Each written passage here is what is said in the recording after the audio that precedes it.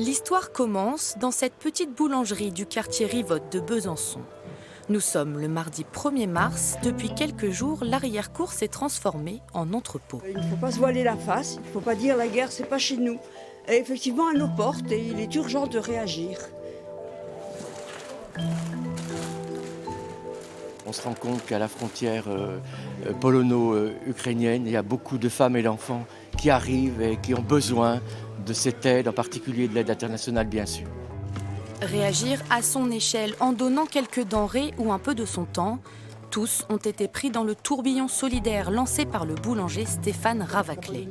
Son visage ne vous est peut-être pas inconnu. En janvier 2021, Stéphane Ravaclet avait fait la une des médias.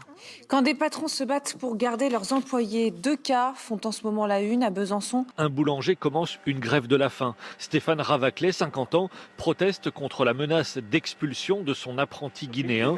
Fort de cette médiatisation, Stéphane Ravaclet décide de mobiliser à nouveau sa communauté. Ça fait à peu près une demi-heure qu'on a mis sur le net, comme quoi on avait besoin d'une ambulance. On vient de recevoir des dons, suffisamment. Et l'appel a été entendu. Nous sommes à peine une semaine après le premier message. Un convoi de 24 camions doit partir ce samedi soir à 23h. 20h59, on va démarrer le briefing pour le départ du convoi à la frontière de l'Ukraine, une mission humanitaire. Il y a 2 jours, je ne savais pas ce que j'allais faire ce week-end.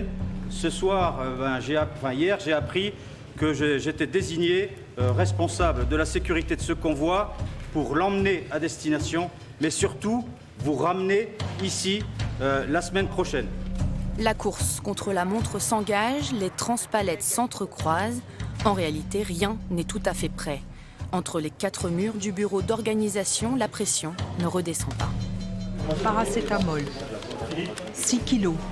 Alors, une question se pose. Le défi ne s'avérerait-il finalement pas un peu trop grand ?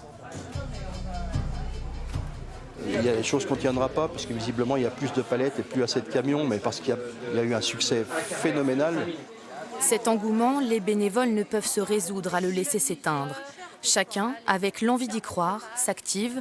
Eux qui ne se connaissaient pas il y a quelques jours avancent ensemble, portés par l'urgence d'aider. On rencontre des gens extraordinaires, on fait des nouvelles connaissances. Bon, malheureusement, on préférerait les faire dans d'autres circonstances, mais c'est extraordinaire. L'unité, tous les gens sont très unis, très solidaires, et il y a une excellente ambiance. Moi, j'adore.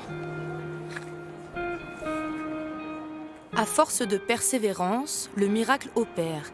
Il est presque 2h du matin et tout le monde est prêt. La fin d'une semaine de travail, d'énorme travail pour les bénévoles.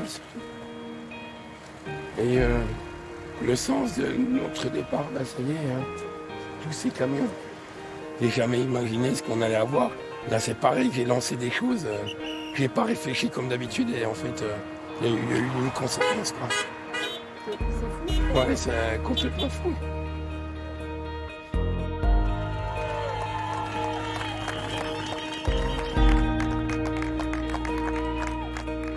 S'il pourrait avoir un certain goût de victoire, le départ ne sera que le début d'une aventure encore plus grande sur les routes d'Allemagne et de Pologne.